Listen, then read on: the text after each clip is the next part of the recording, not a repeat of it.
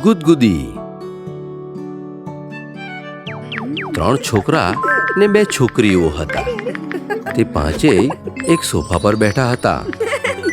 બધા ચૂપચાપ હતા. પોતપોતાના મોબાઈલમાં મસ્ત હતા. સોફાને અડીને જ બારી હતી.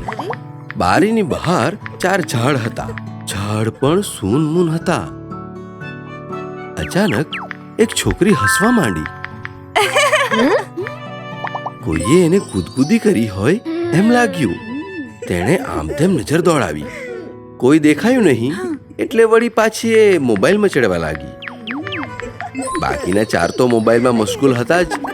થોડી વાર પછી એક છોકરો ખડખડાટ હસવા લાગ્યો. આ વખતે બધાનું ધ્યાન તેના તરફ ગયું. યાર, કોઈએ મારા કાનમાં ગુદગુદી કરી. હા, મને થોડી વાર પહેલા એવું જ લાગ્યું હતું. એટલામાં બીજો એક છોકરો પેટ પકડીને હસવા લાગ્યો.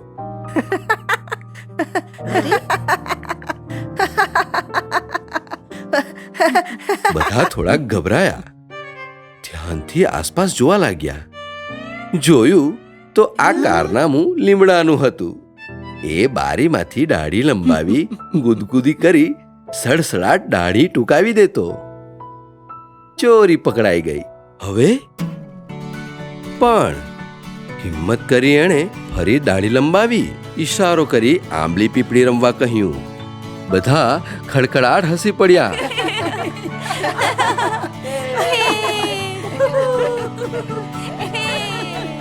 મોબાઈલ મૂકી દઈ આંબલી પીપળી રમવા લાગ્યા.